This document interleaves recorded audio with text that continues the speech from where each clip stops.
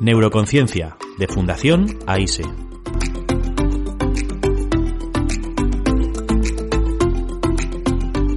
Con Paula Iglesias.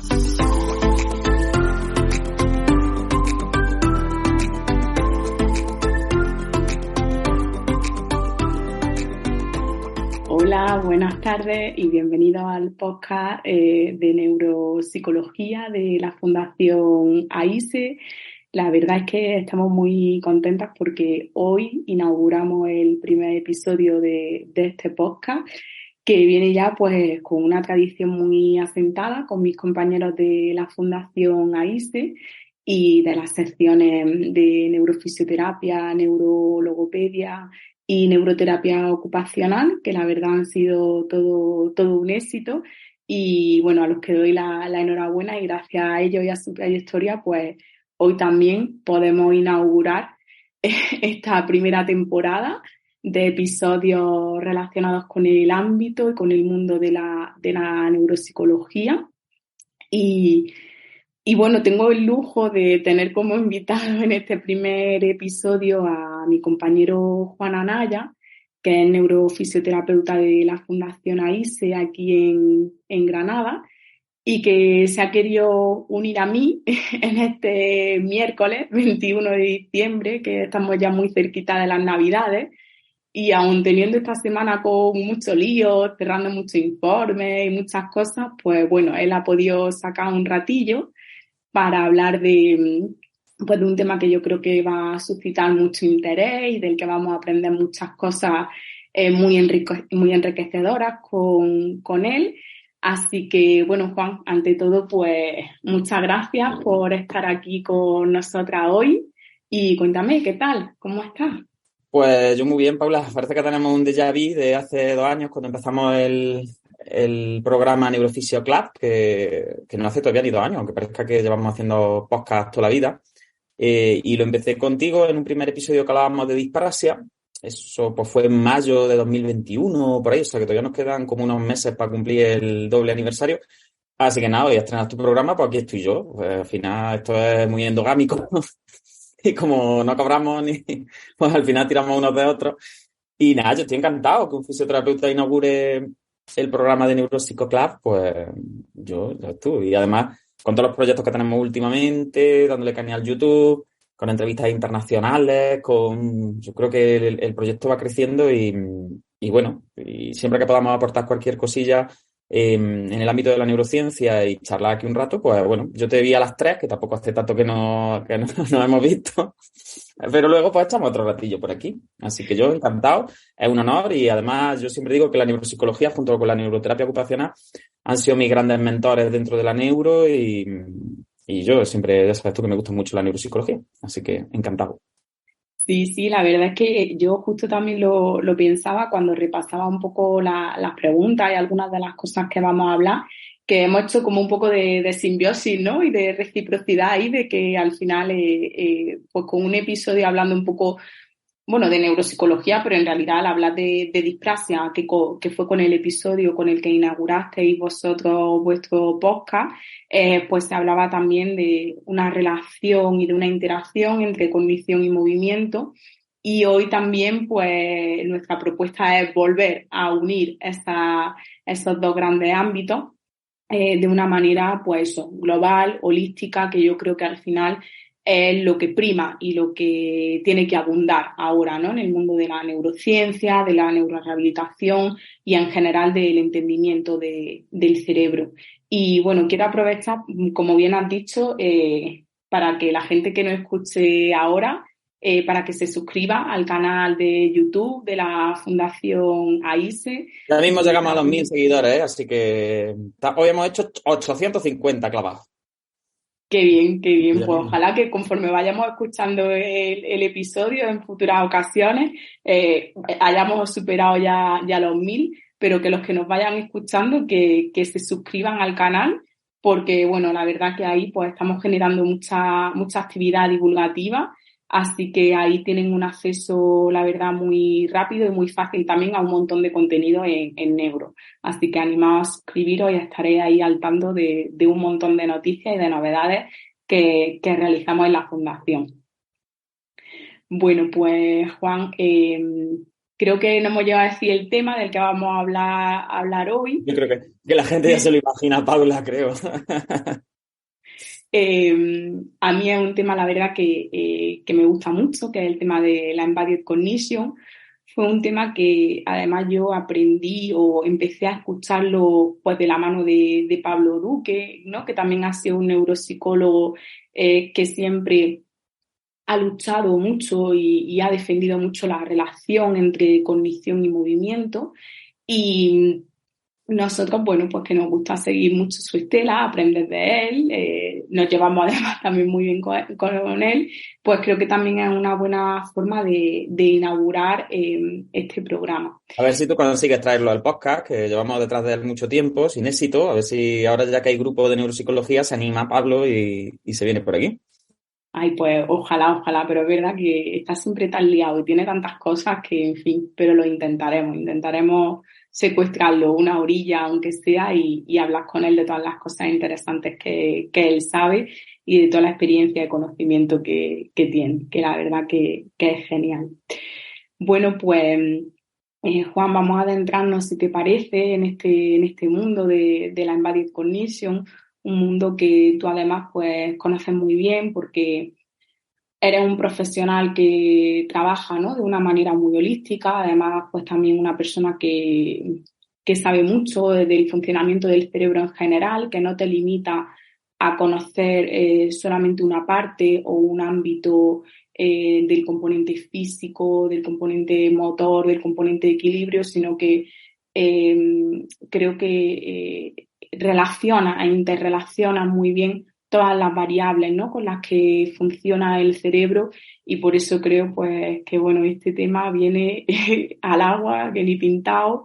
Así que cuéntanos un poquito qué es para ti o qué conoces acerca de la Embodied Cognition, de dónde surge este término, qué cosas te suscita a ti esto. Bueno, vamos a ver, el término de Embodied Cognition, yo creo que realmente en español es difícil de traducir, sería algo así como cognición corporeizada o cognición encarnada, ¿no? Lo que pasa es que como venimos de la tradición católica, lo de la cognición encarnada pues nos suena un poquillo como a mi madre, a la encarnación, ¿no? Entonces, la verdad que en español se suele utilizar mucho Embodied porque al final, pues bueno, la gran mayor parte de las publicaciones que hay están en inglés, con lo cual Embodied Cognition es un término que se utiliza mucho. No vamos a entrar en la historia del término porque creo que no tenemos tan poco tiempo ni queremos que la gente se aburra, pero bueno, por resumir diremos que Embodied Cognition es un concepto que aparece como reacción a esa concepción más cartesiana de la separación que existe entre los sistemas motor, sensitivo y cognitivo, ¿no?, que sería una de las primeras ideas. En la Embodied Cognition no existe esa separación entre los distintos sistemas, sino que se analiza como la interrelación que hay entre los sistemas que clásicamente se han explicado más como sensoriales, los sistemas que clásicamente se han explicado más como ejecutores motores, ¿no?, y cómo la cognición se relaciona de forma bidireccional tanto con las capacidades motoras como sensitivas, ¿no? Esa sería una primera idea importante.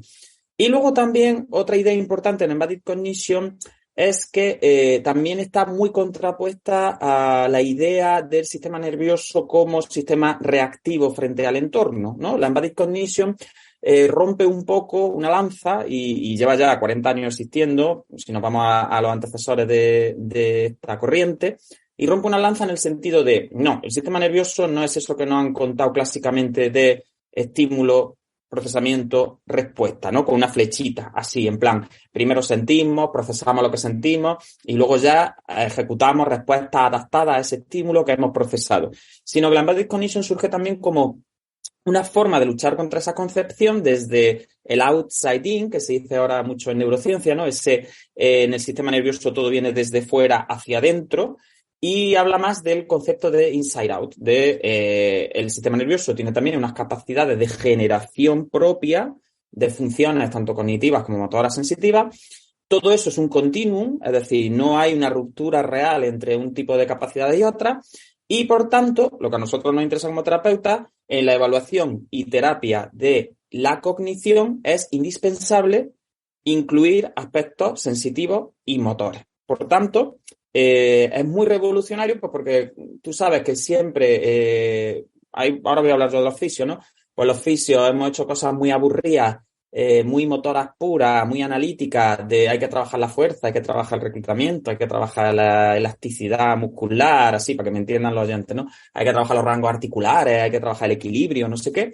Pero en el fondo nos damos cuenta que todo el desarrollo del sistema motor, dependiendo de la etapa de la vida en la que estemos, sobre todo si ya hablamos de infantil, sería exageradamente importante, ¿no? Pero en la etapa adulta también, todo el desarrollo del sistema motor está muy relacionado con la capacidad cognitiva y además cuando se alteran estas capacidades, porque existe una lesión nerviosa del tipo que sea, nosotros en la evaluación y la terapia podemos utilizar elementos de las dos familias porque realmente no hay esa separación entre familias, ¿no? Entonces, la embedded cognition al final no deja de ser eso. ¿Cómo?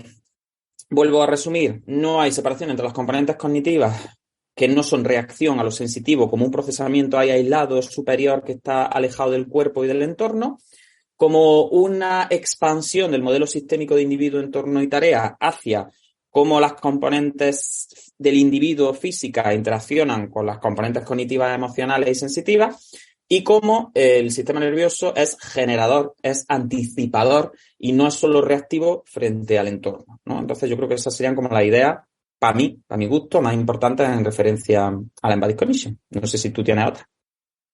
Sí, la verdad es que yo creo que cada vez más nos estamos acercando o bueno, más bien nos estamos alejando de esa idea, ¿no? de separación entre el cuerpo, el cerebro, pero bueno, también muchas veces nos estamos acercando en la teoría, porque luego en la práctica yo creo que lo que más se sigue dando, pues cada uno en su ámbito de conocimiento aplica lo que sabe y, en fin, es difícil ser holístico, pero es cierto que cuando trabajas con pacientes de neuro te das cuenta de que o tienes en cuenta movimiento, cuerpo, acción y entorno, o no estás llegando a nada, ni no estás llegando al kit de esa persona, ni estás abordando realmente lo que le pasa.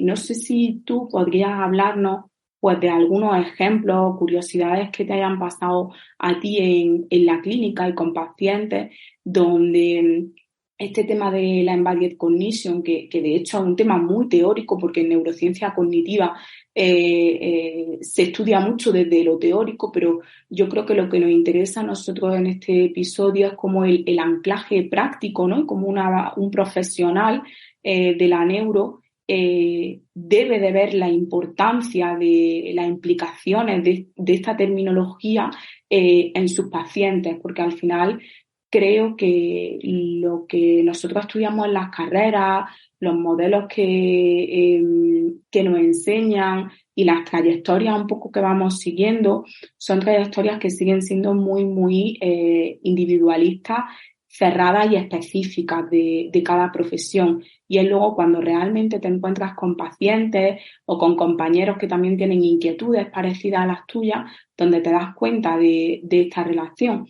Pero claro, es cierto que nosotros tenemos suerte en el sentido de que nos hemos juntado pues un grupo de personas pues, que somos un poco friki o que no tenemos muchas inquietudes y que nos metemos mucho los unos con los otros, que nos picamos mucho con muchas cosas y entonces llegamos, ¿no? a cosas muy interesantes, a análisis que nos aportan mucho, pero a lo mejor no todo el mundo cuenta con esa suerte. Entonces, yo creo que hoy podemos intentar aportar pinceladas que sean claves para a lo mejor las personas que nos estén oyendo y que quieran averiguar o que quieran conocer un poco más de cómo realmente la cognición y el movimiento siempre van de la mano y siempre se expresan a lo largo del curso de la acción. Entonces, vuelvo un poco a la pregunta que te comentaba, que es sobre si puedes hablarnos acerca de esos ejemplos o curiosidades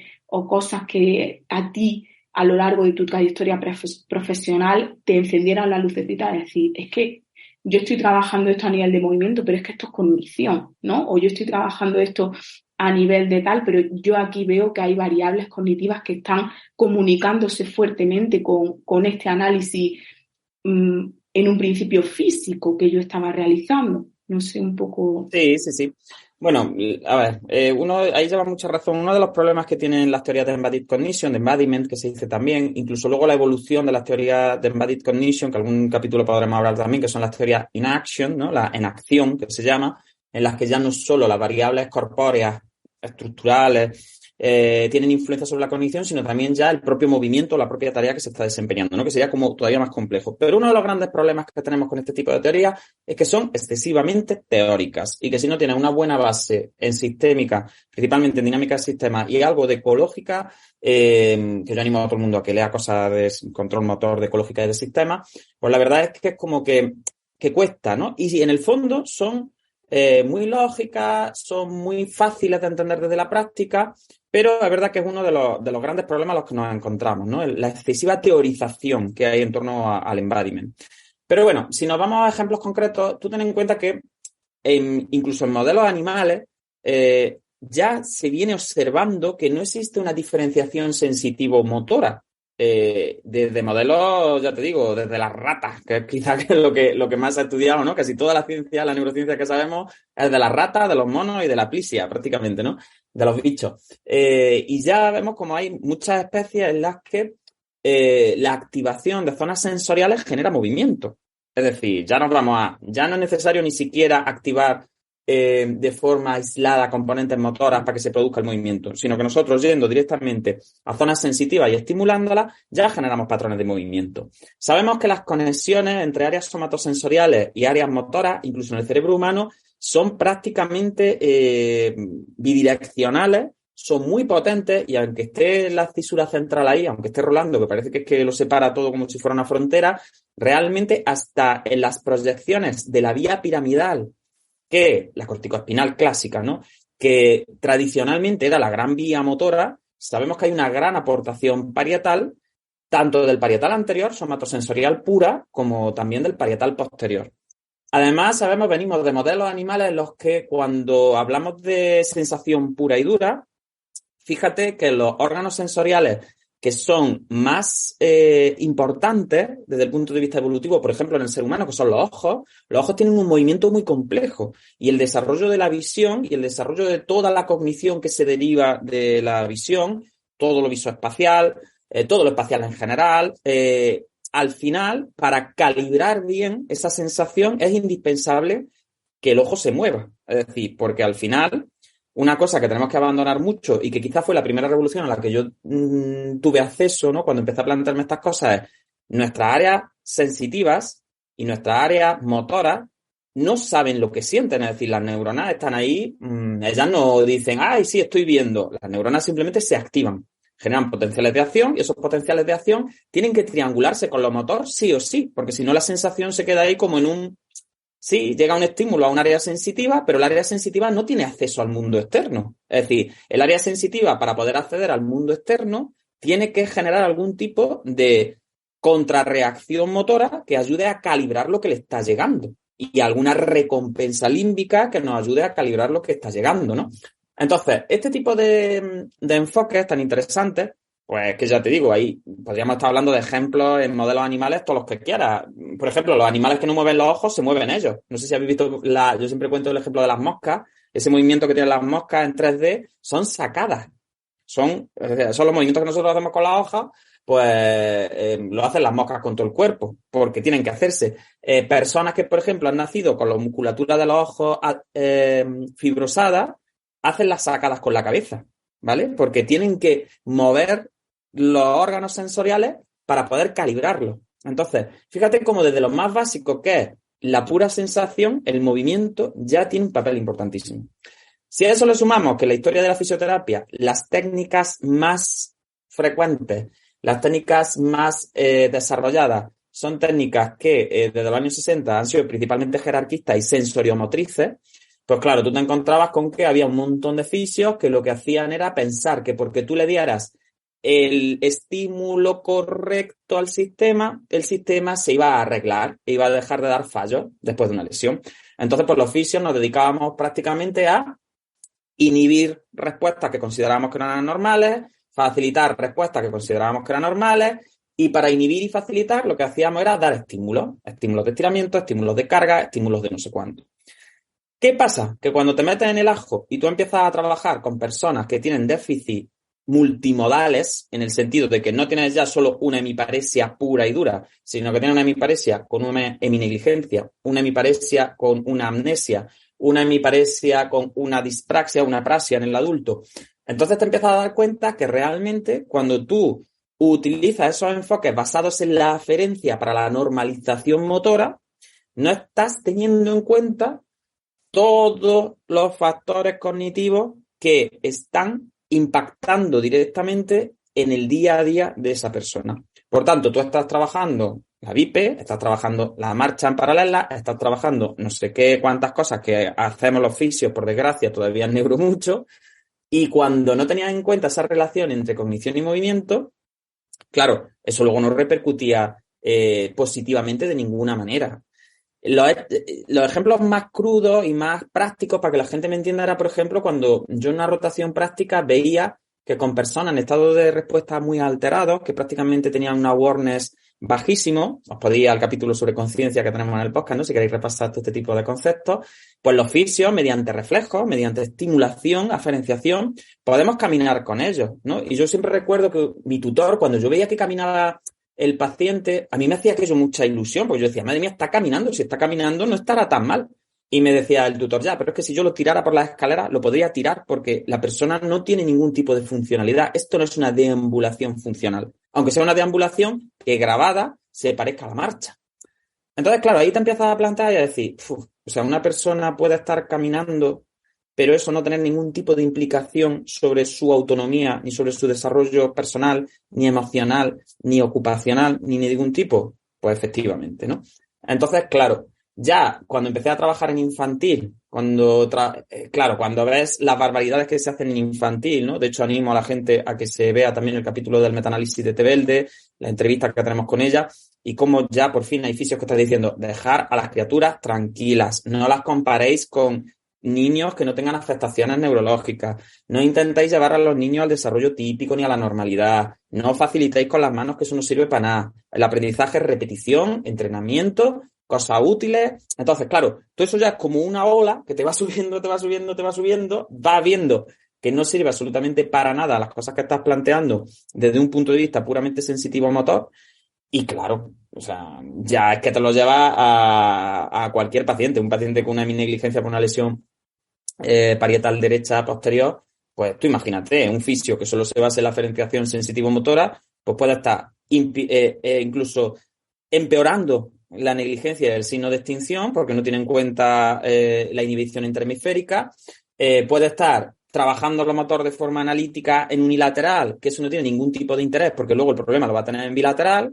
Entonces, ya te lo puedes llevar a todos los pacientes que quieras, porque una vez que abres los ojos y entiendes la importancia del embodiment y de estas teorías que unen la cognición y la sensación y la motora, o sea, ya no puedes volver a ver las cosas de la misma manera. Es decir, yo ya no puedo volver a ver un estiramiento o una movilización analítica o una movilización pasiva o estoy meneándole la pata al paciente mientras hablo con mi compañero del sofá que me he comprado este fin de semana y el paciente está por uvas, ¿me entiendes? Entonces, es que los ejemplos, podría estar aquí 3 días hablando, es decir, si yo pienso en cada uno de los pacientes que yo he visto los últimos 15 años, cada uno de ellos podríamos poner ejemplos de las barbaridades que hemos hecho y vamos a meternos todos, yo incluido también, por no tener en cuenta que la componente física y la componente cognitiva no es que no se puedan separar, es que no están separadas. Entonces, claro, si las quieres separar, al final metes la pata por todos lados. Y también al revés, ¿eh? Yo le estoy dando caña aquí a los fisios, pero que desde el punto de vista neuropsicológico, exactamente lo mismo. Es decir,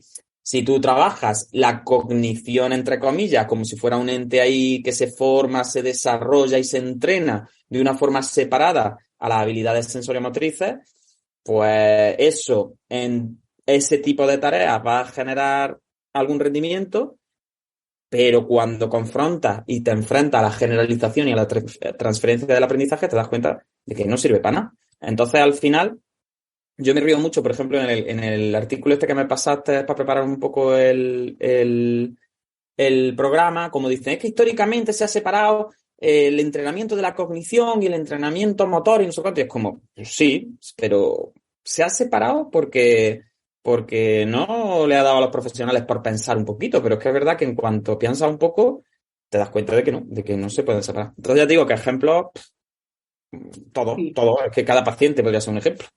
Sí, sí, totalmente. Yo creo que el hecho de la separación muchas veces puede que dé a los profesionales o a la gente que se dedica a esto una falsa sensación de seguridad y de control, ¿no? Que, bueno, pues por supervivencia y adaptación todos necesitamos tener ciertos mecanismos de seguridad o de control, pero que realmente cuando trabajas con personas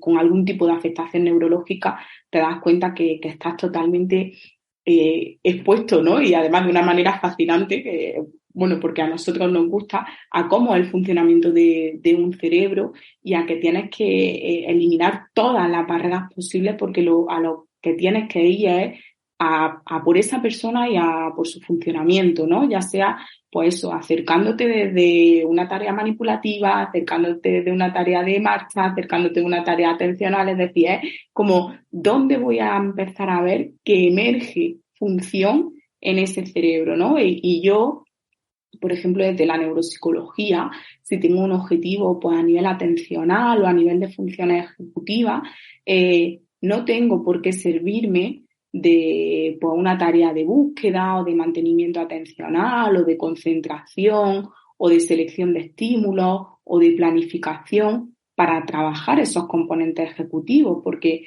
justamente te das cuenta de que trabajar la cognición con cognición en personas que tienen alteraciones neuropsicológicas importantes normalmente es darte cabezonazos contra la pared, porque precisamente es lo que a ellos más les falta. Claro. Claro. Pero es que además, Paula, tú fíjate, hasta en una tarea de búsqueda es que es absurdo, pero en una tarea de búsqueda cualquiera, si tú colocas verbos que tienen que ver con cosas que están arriba o de una semántica que tenga que ver con algo superior, elevado, no sé cuánto, y los colocas arriba, se encuentran más fácil que si los colocas abajo. Es decir, es que hasta el movimiento de los ojos y el movimiento de la cabeza tiene que ver en el reconocimiento semántico de palabras que sean objetos y sobre todo acciones que tengan que ver con la posición en la que están colocadas las palabras. Entonces, eso que el laboratorio es tan fácil de detectar, hay gente que todavía no lo tiene claro. Es decir, cuando salieron los estudios estos de que la gente con enfermedad de Parkinson tenía problemas en el reconocimiento de las acciones mucho más que en el reconocimiento semántico de objetos random, y que dentro de las acciones tenían mucho más déficit de reconocimiento y manejaban peor acciones que tenían que ver con lo corpóreo, en vez de acciones que fueran imaginar o cosas así, pues claro, la gente fue como, ¡oh, qué curioso! Y es como, no, curioso no, es decir, es que todo se va engranando porque aquí en el fondo hay poco espacio. Entonces, todo se tiene que engranar para que el sistema nervioso pueda hacer una predicción funcional y pueda ir como conectando de una forma consciente e inconsciente, pero también funcional al final, todos los campos que nosotros podemos funcionar, es decir, desde los campos semánticos hasta el movimiento de los ojos, de la cabeza, de las manos y el entendimiento que tenemos sobre lo que hacemos. Entonces, claro, cuando yo digo la palabra pelota, dicen, es que tú dices pelota y se activa más el córtex motor que si dices bañera. Y tú dices, pues claro, es que pelota, la palabra pelota, tú la escuchas, nada más que por escucharla, estás pensando en una pelota moviéndose, estás pensando en tirar una pelota, y es que si ya eres un niño, es que una pelota es una cosa divertida, que encima están ahí la neurona dopaminérgica ya echando vinagre, ¿no? Pensando en lo que puedes hacer con una pelota, porque es una cosa que además es muy gratificante. Entonces, fíjate que hasta para tareas tan absurdas como puede ser una búsqueda visual, como puede ser una localización, es que tiene importancia el movimiento, es que todo va unido, todo va engranado y eso es lo maravilloso de la neurociencia. Entonces, al final yo creo que es más bonito también trabajar así y es más profundo. Sí, No solo es mejor, sino que encima es que es más bonito. Sí, sí, totalmente. Yo creo que de todo esto que venimos hablando nace, ¿no? Como un imperativo, que es que el movimiento es la expresión total de la cognición, ¿no? Y que tenemos ahí esa interfaz que se encuentra siempre presente y que en neuro yo creo que se enfatiza muchísimo más. Porque es cierto que, bueno, a lo mejor por hablar dentro de un rango de la norma, entre comillas, nosotros tenemos la cognición y el movimiento muy integrados, muy automatizados, pero cuando trabajamos con personas que han tenido una lesión, te das cuenta de que cuando se pierde la integración de esas funciones, es muy útil recurrir a estrategias de movimiento, de acción, que te ayuden a facilitar la emergencia, ¿no? de esas funciones.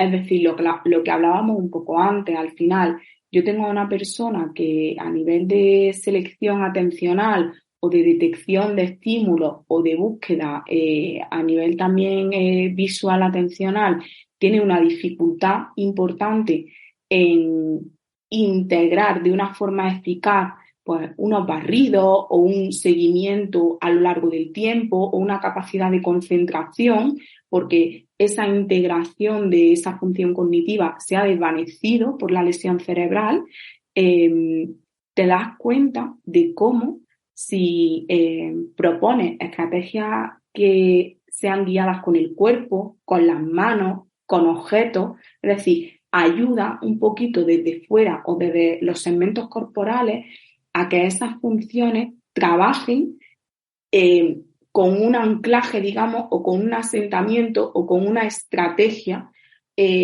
corpórea o de acción, porque desde lo etéreo, desde lo mental, esa función no está apareciendo de una manera, digamos, pues adecuada o que en ese momento le esté sirviendo a la persona. La persona en ese momento está fuera de todo eso. Entonces, si llevamos claves cognitivas al cuerpo y al movimiento, te das cuenta, como tú has dicho antes, de que es que en realidad nunca ha estado separado, siempre ha estado unido. Lo que pasa es que llega un momento en el que lo integramos a un nivel tan alto que parece que sí. Y yo creo que por eso también siempre ha existido ese dualismo y demás, pero realmente no lo ha estado también nunca. porque es cómodo para los terapeutas en cierta manera. Es decir, a mí siempre yo recuerdo que a mí en los másteres de neuropsicología pues siempre me daban como cosas como estimulación multisensorial, integración sensorial, no sé cuánto, porque es como, venga, ¿qué puede dar un fisio que le puede interesar a los psicólogos, no?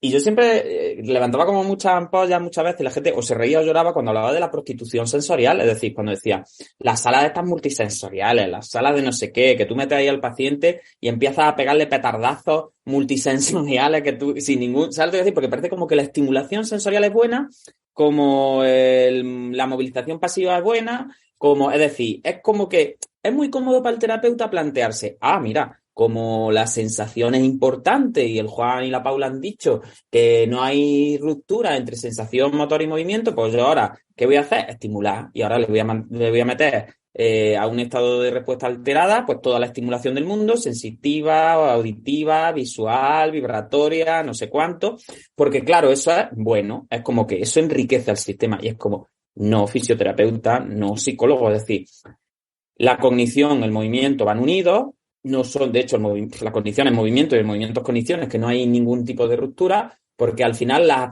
abstracción, trabajar un elemento aislado, requiere más grados de libertad, requiere un procesamiento más complejo que la integración en automático desde sistemas que son más antiguos.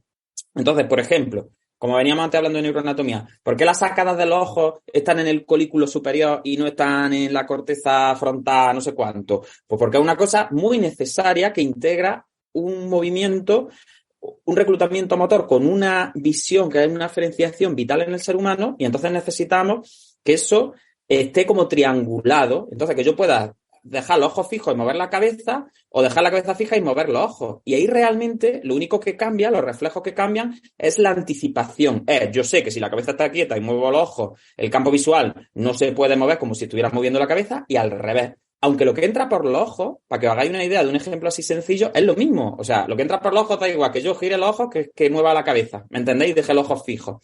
Pero al final, la sensación que tú tienes y la anticipación que tú haces de lo que va a generar, es decir, la anticipación motora de lo que vas a sentir, también genera cambios tanto en lo que estás sintiendo como en la interpretación cognitiva que tú haces de lo que estás sintiendo. Entonces, por eso te digo que muchas veces también esa separación entre una cosa es mover los ojos, otra cosa es ver, otra cosa es saber lo que estás viendo, otra cosa... Al final esa diferenciación es cómoda para trabajar. Porque así yo como fisioterapeuta pues puedo trabajar con los ojos cerrados y decirle al paciente que gire las bolas del ojo para un lado y para otro. Y otro como psicólogo pues trabajará el reconocimiento de los colores o de las figuritas de animales de plástico. Es decir, yo qué sé.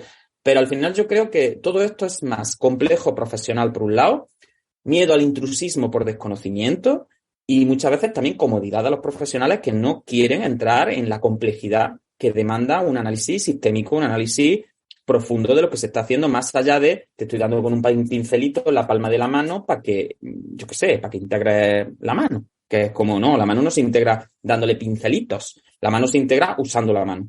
Entonces, en el momento en que tengas cualquier posibilidad de uso funcional, aunque sea con patrones patológicos, aunque sea haciendo la polleta más grande del mundo, es que me da igual. Mientras tú puedas generar cualquier tipo de integración cognitivo-motora y para ti eso genere una recompensa, eso sí va a generar aprendizaje a largo plazo. Pero que yo te dé con el pincelito en la palma de la mano, que tú pienses, imagínate que estás cogiendo un trozo de pan o no sé qué, no sé cuánto, eso al final son formas parciales de trabajo que funcionan en el laboratorio, pero que luego en la vida real, la desgracia es que no sirven absolutamente para nada. Y que tú analizas los pacientes a largo plazo y no ves ningún tipo de cambio funcional de ninguna clase. Así que sí, es que no nos queda otra. Totalmente. Yo creo que también con este tema, ¿no?, que has introducido, pues de eso, de cómo a lo mejor se puede trabajar, hay que trabajar con objetos, que hay que trabajar con la acción, que hay que trabajar con la función.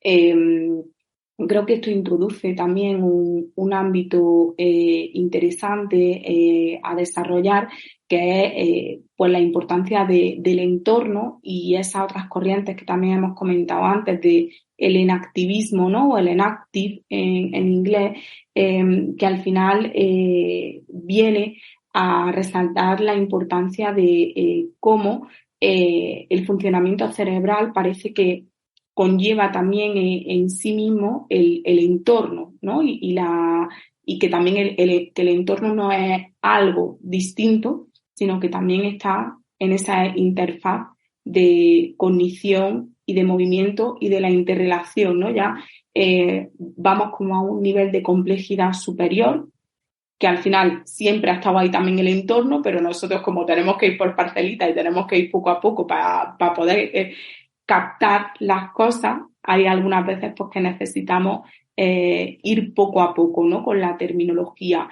Y ya te digo, aunque el entorno creo que es algo que siempre ha estado ahí, también hay ahora como unas teorías nuevas que son las del enactive, que incorporan esa importancia del entorno y que lo engloban dentro de esta triada, ¿no?, de cognición, movimiento y contexto. ¿Qué puedes contarnos acerca de esto?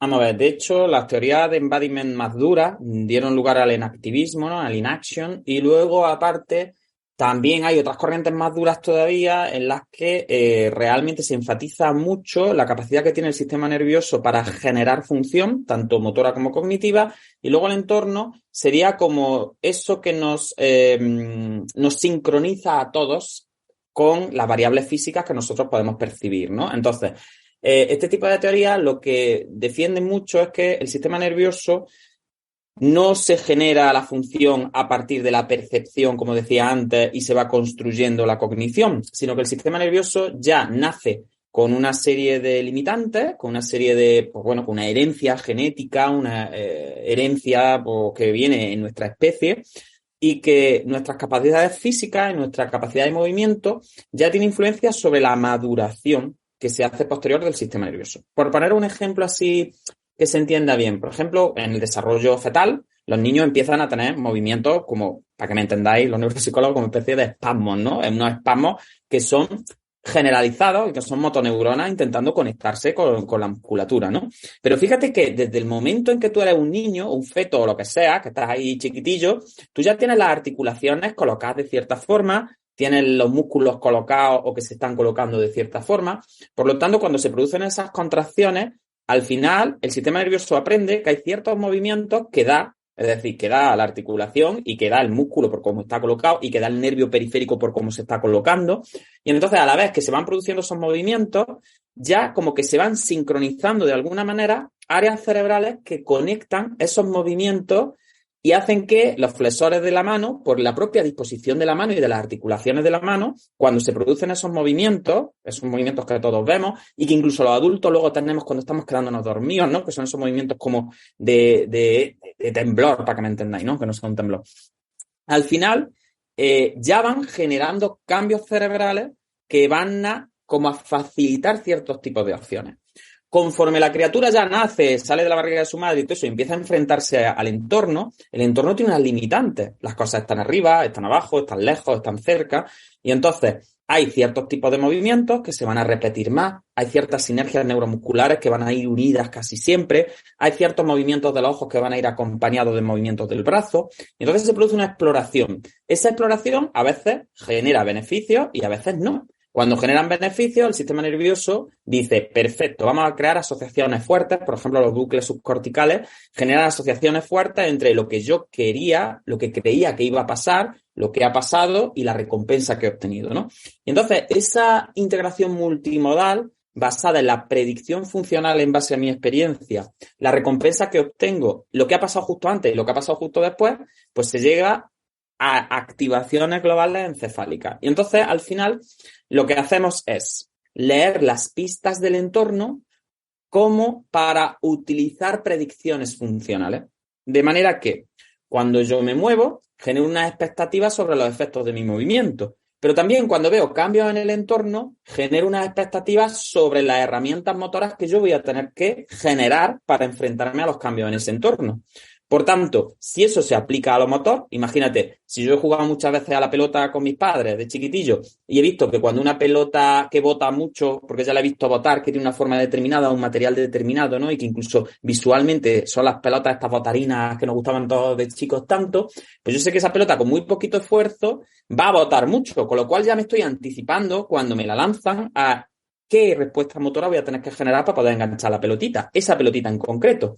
Mientras que sea una pelota de ping-pong o una pelota de tenis, el movimiento, la anticipación que yo hago, las activaciones que se generan cuando esa pelota golpea el suelo o con la postura que pone la persona que está lanzando la pelota antes de lanzarla, todo eso ya genera unas expectativas funcionales. Bien, pues eso es aplicable a lo motor y en lo motor lo tenemos todos claro y ya, por ejemplo, las teorías de equilibrio son teorías anticipatorias del equilibrio, ya no son teorías reactivas. Tú ya no ajustas el equilibrio porque tienes un desequilibrio, lo procesas y vuelves a equilibrar. No.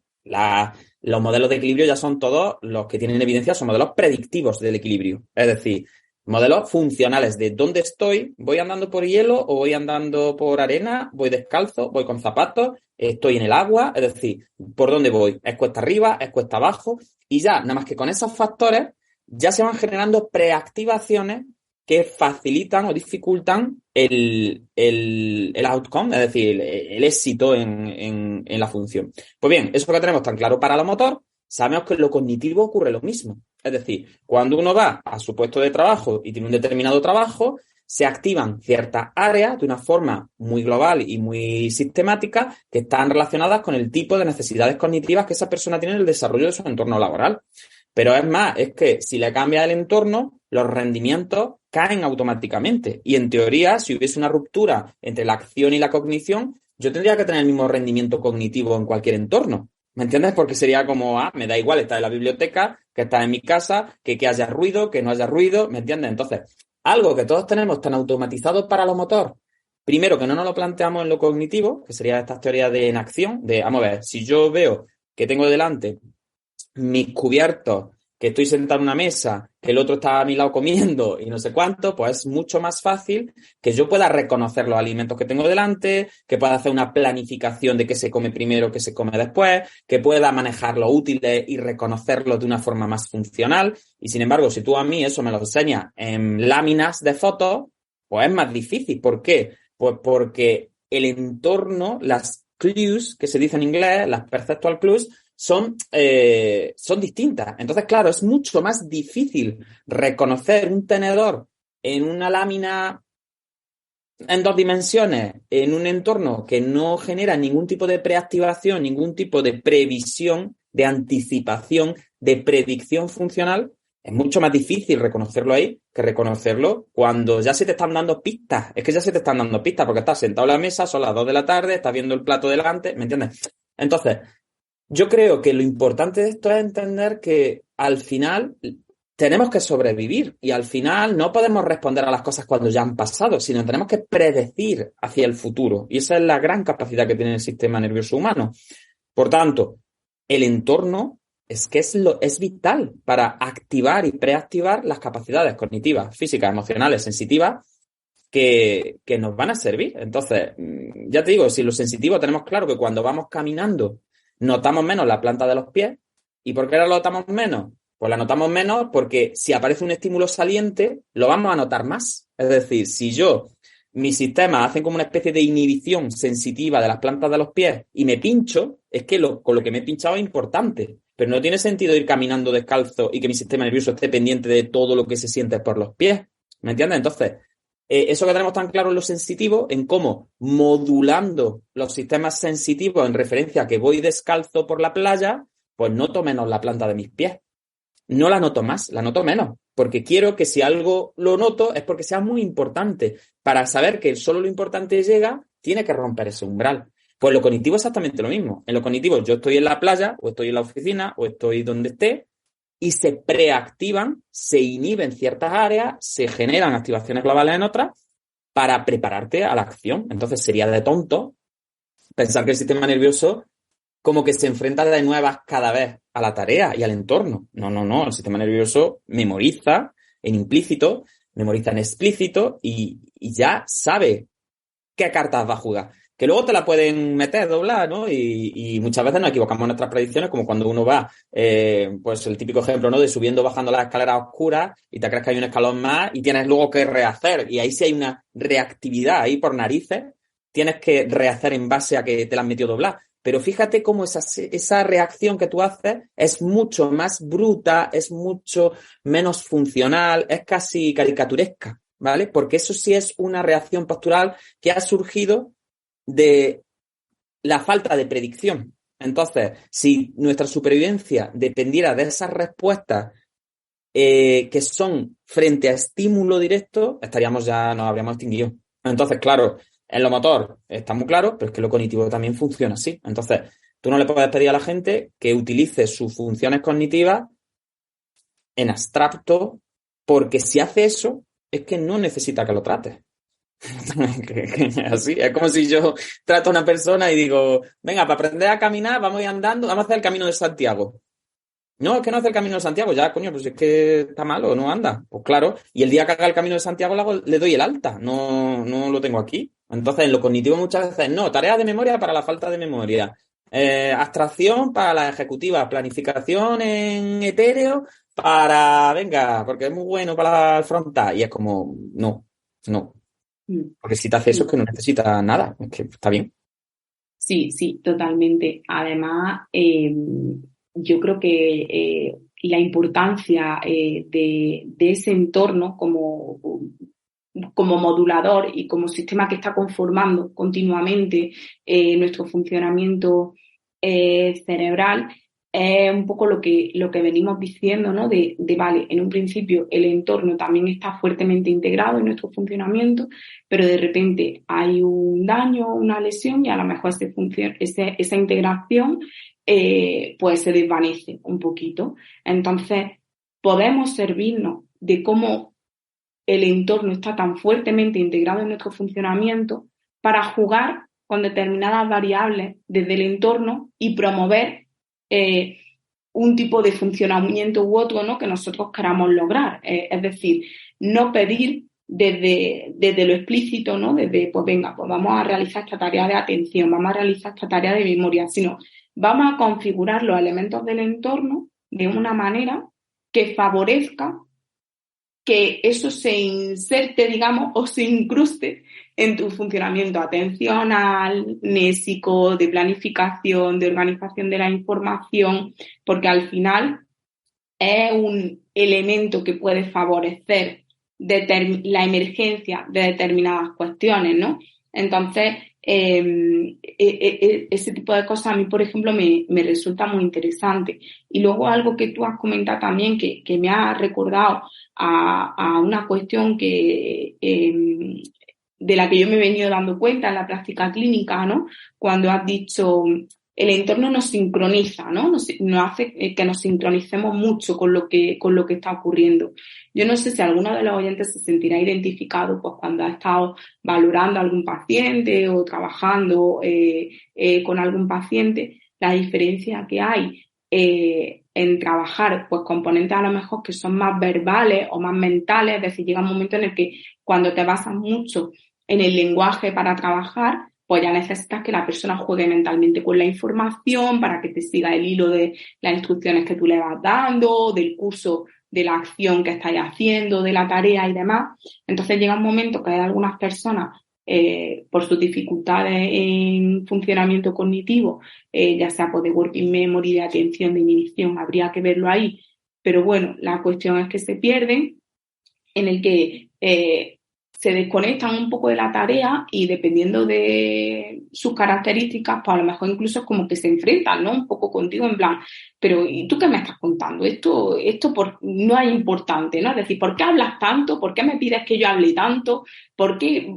Y no, se empiezan a sentir incómodas, pero porque realmente a lo mejor en ese momento le estamos pidiendo algo pues para lo que ellos no están preparados, que no es su momento y demás.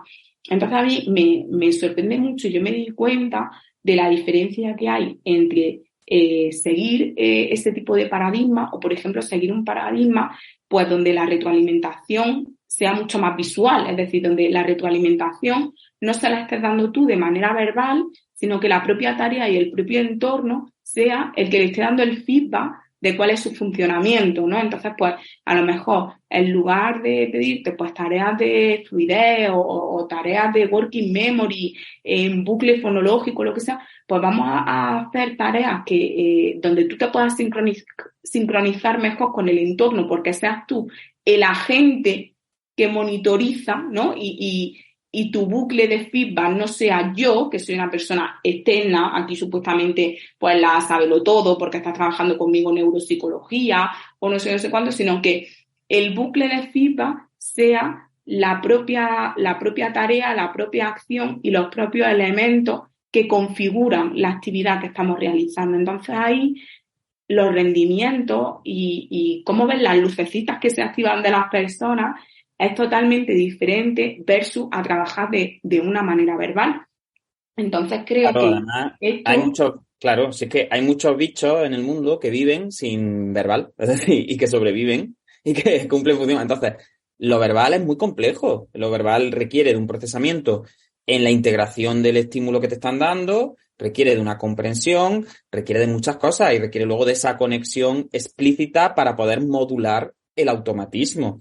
Y entonces requiere de una hipervigilancia atencional hacia lo que estás desarrollando. Entonces, cualquier seguimiento verbal, o sea, es que ni los perros más entrenados, tú le dices, corre, y salen corriendo. Es que un perro corre por algo. Corre detrás de algo o corre en demanda de un entorno, pero no corre porque tú le digas, corre. Y si lo haces es porque lo has machacado. Es decir, porque ya es que lo has condicionado de una forma en la que eso ya es una falta de respeto al bicho. Entonces, sistemas nerviosos que están alterados, que tienen dificultades, pues porque han tenido pelotazos muy gordos, lo que no tiene sentido es trabajar desde lo explícito, desde lo verbal y desde una tarea que ya no solo es haz la tarea funcional que te estoy pidiendo, sino entiende lo que te estoy pidiendo, entiende si estás cumpliendo para hacerlo como yo te he dicho que lo hagas, es decir, es que le estás metiendo el doble de procesamiento, pero hasta una tarea absurda que sea, móntame una torre de Londres, en plan, que le pongas 3 rulos como nosotros hacemos allí, gordo, uno más gordo, otro menos gordo y otro un poquito menos gordo. Es decir, como tú decías,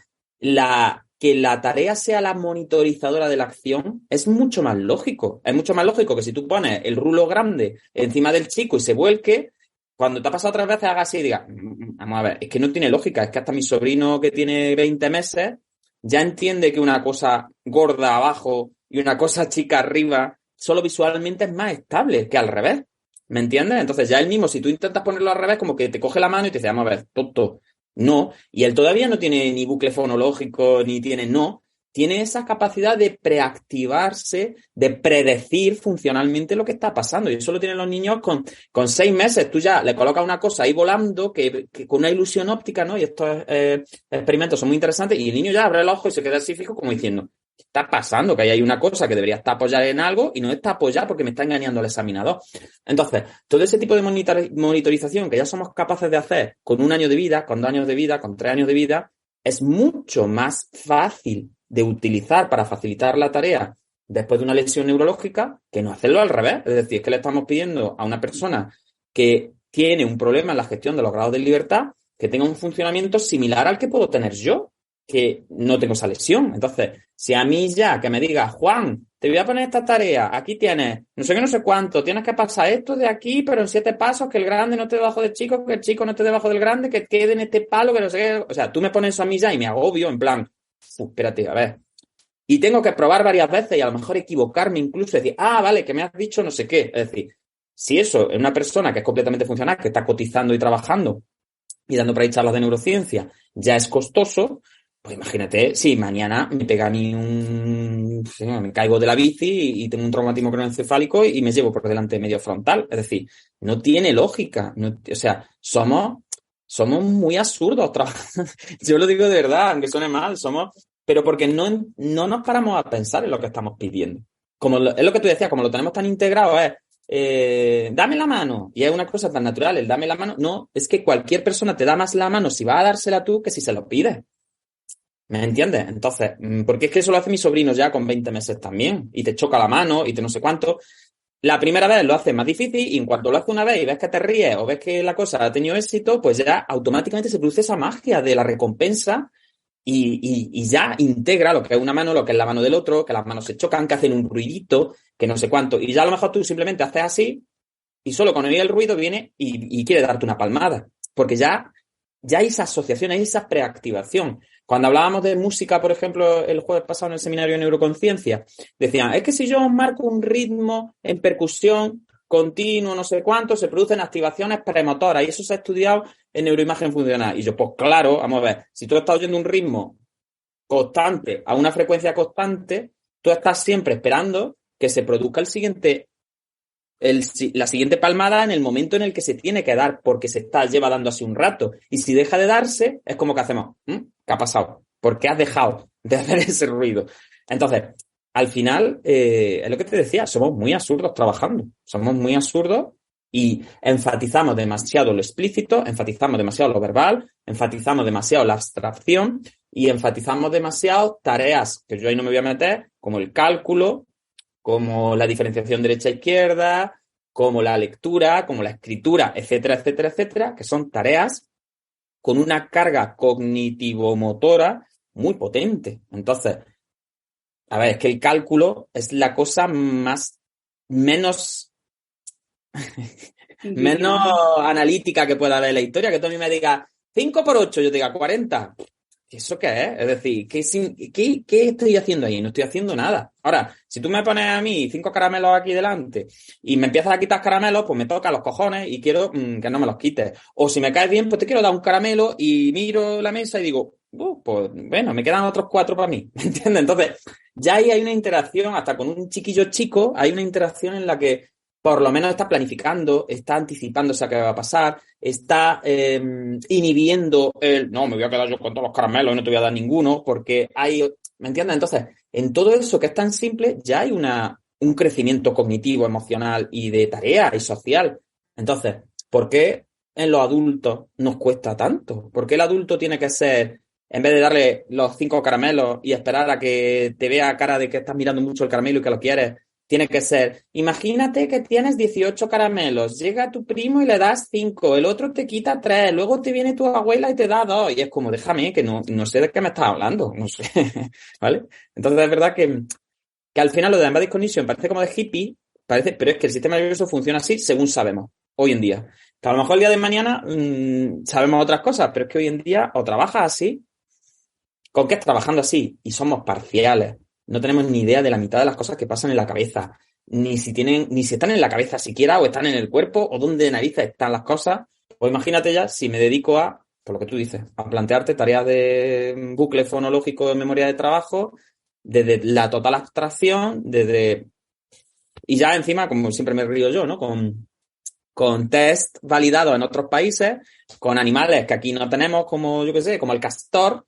Entonces, pues claro, es que castor, pues ya está. Sí, sí, totalmente. Y es lo que tú dices, ¿no? Que incluso, bueno, trabajando así, pues también conocemos una décima parte de lo que podría estar pasando.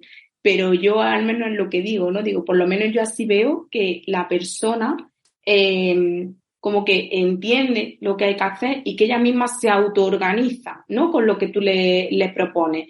Sin embargo, si favorece el trabajo desde elementos, pues eso, más desde el lenguaje, desde la working memory, desde lo abstracto, en personas que tienen una alteración grave de eso, lo que te encuentras es frustración constante por parte de la persona y por lo tanto por tu parte también, Claro. porque es que, claro, tú le dices o no, o lo corriges, pero que no que así, o lo monitorizas constantemente, o eres tu ejecutiva, o eres no sé qué. Entonces, el otro, como es normal, se cabrea porque es como, es que me estás corrigiendo, como si estuviésemos en un colegio, o si fuésemos niños de 5 años, me estás corrigiendo todo el rato, yo aquí, que he sido juez, o que he sido ingeniero, o que no sé qué, no sé cuánto. Sí, o que he llevado 500 alquileres. Totalmente, entonces es que no tiene ningún sentido. Claro. Entonces, Eso al pues final es yo como creo que si yo voy a una clase de yoga y el primer día me dicen, no, la postura postura más difícil que haya, me dicen, esto es muy bueno. Y entonces, como esto es muy bueno, pues tú el primer día en la clase de yoga, pues tienes que hacer la rueda sobre 3 patas con la niña el exorcista bajando la escalera abajo. Pues ¿qué va a aparecer? Que no vuelvo. Que va a aparecer frustración, va a aparecer la sensación de que me están faltando al respeto, que me están diciendo, vamos a ver, si yo voy a empezar a hacer yoga, no me puedes pedir que haga no sé qué, pues porque voy a hacer el ridículo, porque no puedo hacer eso. Que sí, que la gente, imagínate que todo el mundo fuera yogi nivel supremo, que el 90% de las personas que no han tenido un daño cerebral lo hacen. Pero es que yo no lo hago. Entonces, no tiene sentido que me pongas tareas de alta carga como para tú quedar como un profesional maravilloso que tiene muchas capacidades y que sabe trabajar lo último de las cosas más difíciles que sobrecargan la working memory, porque al final se pierde la adherencia, se genera una sensación de falta de respeto y no se está trabajando con el paciente. nada, Claro, se le está pidiendo que haga como un circo, eso es un circo, pues ya está, Yo mira que bien lo hago, mira cómo te controlo, mira cómo te sé dar pistas, pero la realidad es que trabajar con una expectativa de rendimiento que no esté ajustada a la realidad clínica del paciente, eso es una falta de respeto. Hay una falta de respeto, porque ya digo, porque sería pues eso, como si yo mañana voy a la piscina y me dijeran, no, es que tú o tienes que nadar como el campeón olímpico de los 100 metros lisos, si existe eso, yo que sé, en la piscina, que no lo sé. No volvería.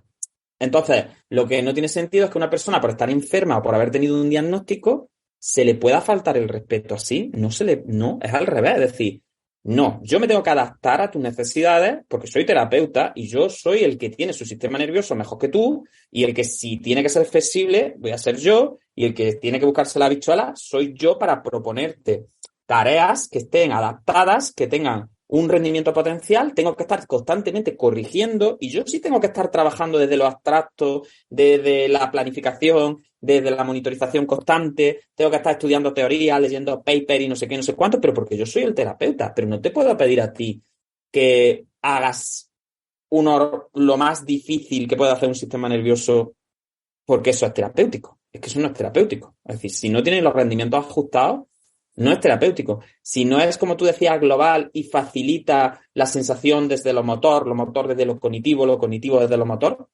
eso no está bien planteado. Porque lo que te estoy es poniendo trabas constantes. Te estoy poniendo trabas constantes. Si yo quiero aumentar tus niveles de activación y no te saco de una silla de ruedas en la que estás, por desgracia, 20 horas al día o lo que estés, o 16 horas, que es la que no estás durmiendo, y es una silla de ruedas que tú tienes una postura determinada, tienes ya una anticipación sobre lo que puedes y no puedes hacer en silla de ruedas, no cambia tu entorno estimular de ninguna manera, pues no te puedo pedir que abras los ojos y que me atiendas y que no sé cuánto. Pues porque tu entorno estimular en la silla de ruedas no es terapéutico.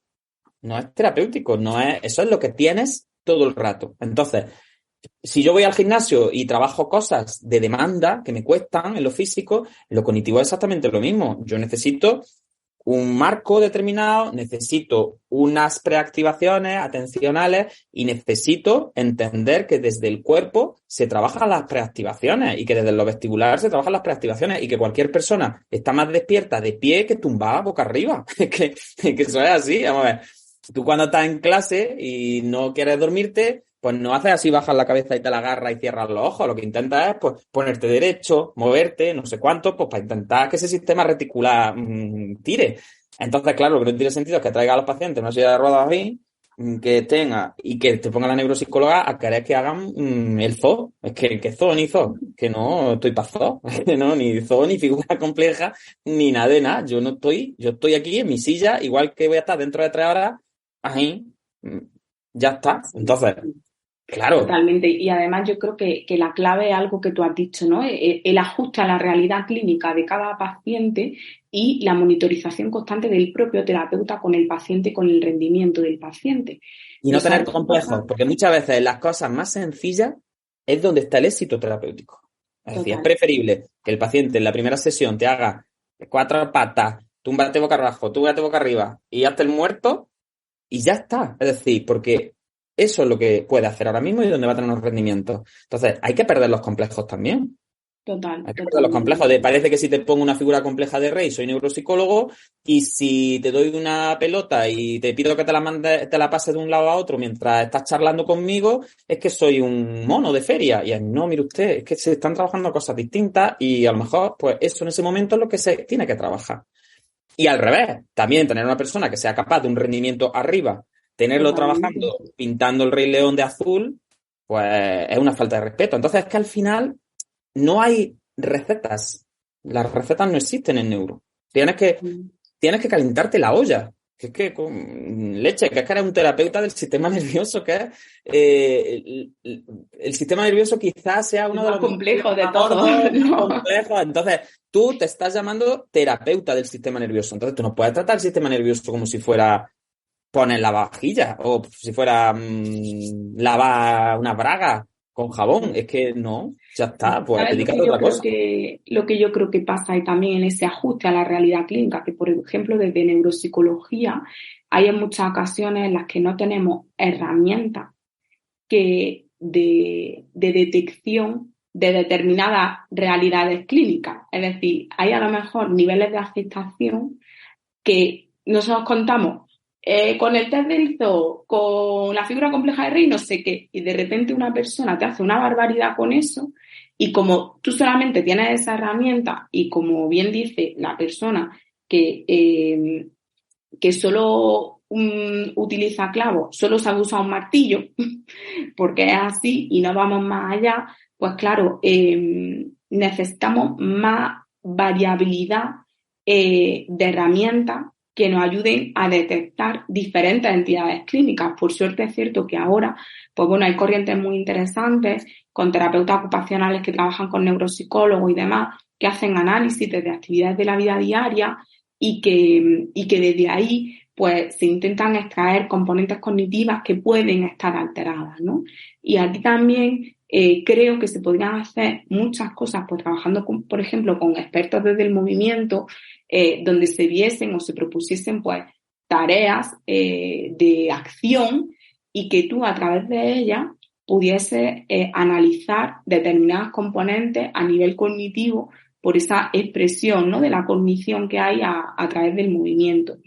Y con esto, si te parece, a lo mejor podemos ir cerrando un poquito, porque sé que había un par de artículos que no hemos revisado y demás, con sus cosas buenas y con sus cosas malas, pero bueno, en el intento, ¿no?, yo creo de defender la relación que hay y la interacción que hay entre los sistemas cognitivo y de movimiento de manera constante, como está todo pues eso, embodizado, si se puede decir, o corporizado, si se puede decir de esa forma.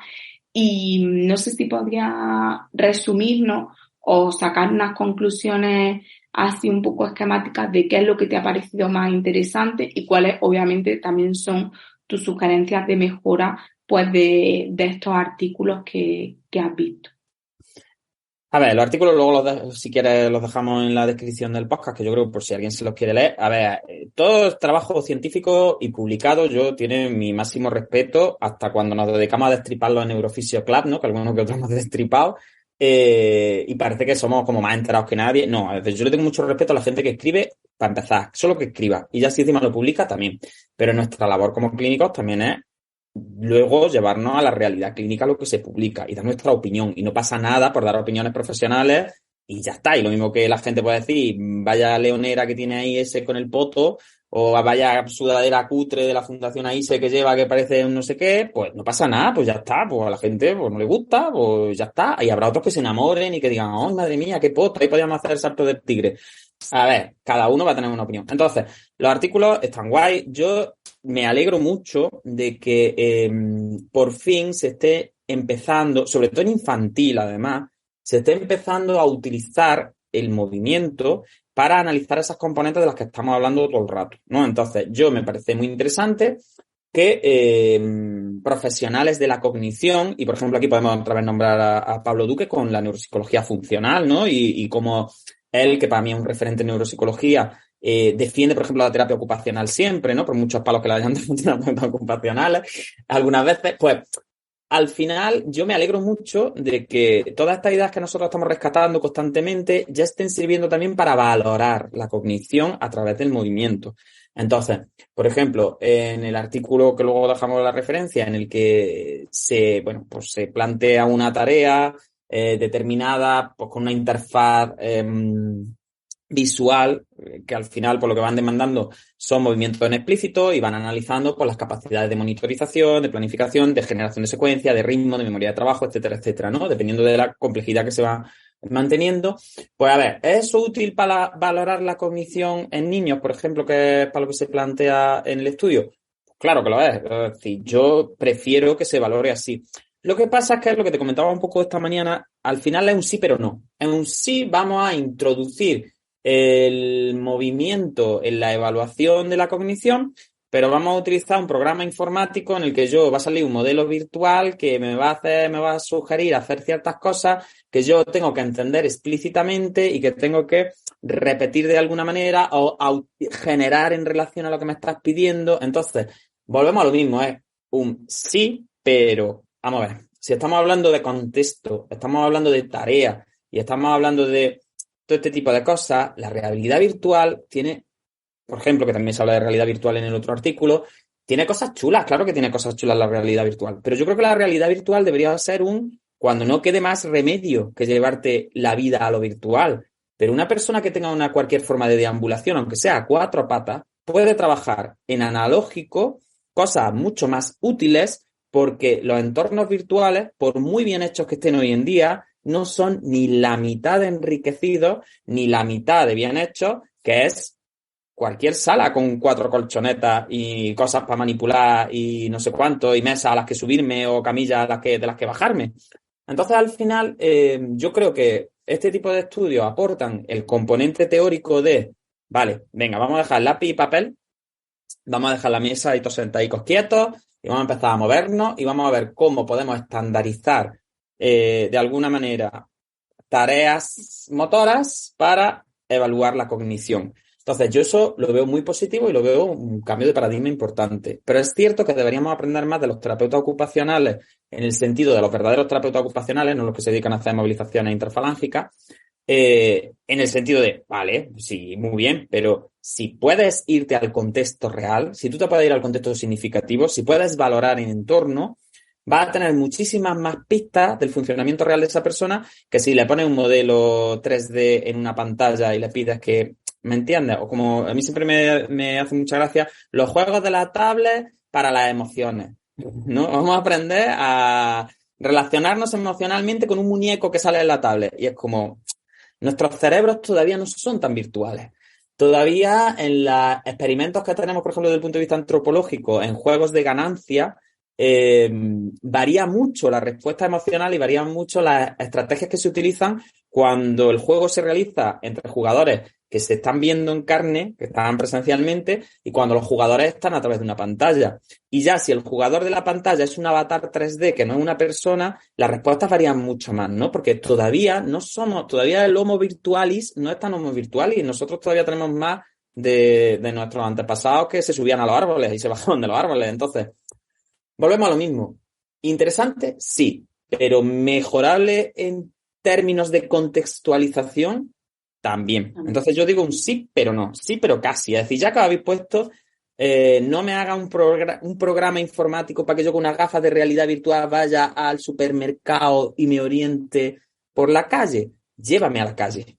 Porque en la calle hay además lo que tráfico. hablamos, eso no está anclado al entorno, no está anclado al cuerpo, no está Todavía anclado no. a todas esas estrategias Todavía no. El día que no seamos un ente virtual en un disco duro, que solo nos movamos por entornos virtuales, pues a lo mejor sí, nuestro cerebro ya o lo que tengamos en ese momento evolucionará para adaptarse a eso. Pero todavía nuestro desarrollo sensoriomotriz es sensoriomotriz, no es virtual. Entonces, utiliza la realidad virtual si tú tienes una persona que está postrada en una cama, pobretico, que no se puede mover y que tú le dices, venga, vamos a hacer un paseo virtual por la Sierra de Cazorla. Pues a mí me quitó el sombrero ahí, estupendo, maravilloso. Pero en el momento que una persona tenga, aunque fíjate, aunque sea una persona que no tenga ningún tipo de movilidad, pero pueda ir en una silla que él pueda autopropulsar de alguna manera, trabaja en entorno con esa silla, porque es que al final va a trabajar las capacidades de orientación, las capacidades de planificación, todo lo topográfico, que sí, que vais sentado en una silla de ruedas que a lo mejor maneja con los ojos, pero que es que eso, lo que tú dices, está más anclado en la realidad y es mucho más ecológico desde el punto de vista de enriquecimiento de ese procesamiento y facilitación del procesamiento, que diga, no, como tiene el pobre una paraplegia y no puede andar, pues le vamos a hacer unas gafas de realidad virtual en las que pasee por el campo. Pues bueno, sí, vale, totalmente. pero no sigue la filosofía del embodiment y sobre todo no deja de ser, bueno, pues clínicamente significativo, pero hasta que esa persona no pueda estar en un entorno de estos ya casi de las películas y las series, ¿no? Americanas, de estos que tú ya vives una realidad paralela y no eres consciente de que estás en un videojuego, sino que ya es tu vida es un videojuego y esto es Matrix. Bueno, pues cuando llegue ese momento, lo mismo estamos todos acostados así toda la vida y no abrimos los ojos y vivimos todos en un entorno Matrix. Pero hoy por hoy, coge al paciente y llévatelo al supermercado. Claro, vamos a servirnos de la Embodied y de la acción. Vámonos al supermercado, sea en silla de ruedas autopropulsada, a 4 patas, cojeando o parándonos 7 veces en 7 bancos distintos, pero ve al supermercado. Eso es lo único que puedo recomendar. Totalmente. Esa es la conclusión de la tarde. Yo creo que como conclusiones, sí. Yo siempre digo como la diferencia entre el cibersexo y el sexo de verdad. Ya está, porque si no tienes otra cosa, pues te dedicas al cibersexo y bueno, pero que no se parece. No. Claro, sí, no. Totalmente. Pues yo creo que al final hemos hablado de cosas muy interesantes, ¿no? Y creo que también prácticas para la gente que nos pueda estar escuchando, que al final esa era la intención del episodio. Sacar claves de cómo la cognición, el cuerpo y el entorno están totalmente interrelacionados de manera continua y cómo tener ese paradigma siempre presente nos puede ayudar mucho en el trabajo con personas con afectación neurológica en nuestro día a día. Así que, bueno, yo volver a agradecerte que hayas aceptado la invitación a la inauguración de este ¿Acaso episodio? tenía otro remedio? ¿Acaso podía hacer otra cosa? Y todas las cosas que nos has contado que me han parecido súper interesantes. Yo creo que al final ha quedado una charla pues bastante amena y enriquecedora sobre este tema. Y nada, decir a los oyentes que vamos a seguir con la publicación de episodios que están abiertos estamos abiertos a sugerencias y a inquietudes que tengan los oyentes. y que muchas gracias por haber estado con nosotros en el episodio. Gracias a ti, Paula. Ya está. Además, esto se presta que si la gente quiere que profundicemos, que nosotros hablamos así como si esto fuera nada, pero que aquí hay trabajos muy complicados y muy profundos. O sea, que si queréis nos metemos en artículos y nos vamos a desarrollar artículos ahí de estos de pajas mentales que a mí me encantan, de la dinámica del sistema y del embodiment. Pero que yo creo que como aperitivo general está bien que contemos nuestras batallitas, porque yo creo que así luego ya se da pie al resto de las cosas. Así que yo encantado de estar aquí, siempre que queráis. Siempre que me llame un neuropsicólogo o una neuropsicóloga que tenga ganas de movimiento, allí estaré yo. Vale. Pues muchas gracias, Juan, muchas gracias. Venga, Paula, pasa felices fiestas y ya está. Y nos vemos por ahí. Sí, seguramente te invitaremos a cualquier otro episodio. Claro, tú sabes que yo opino siempre. Pues hasta luego, Paula. Y hasta la próxima. Adiós, guapa, adiós.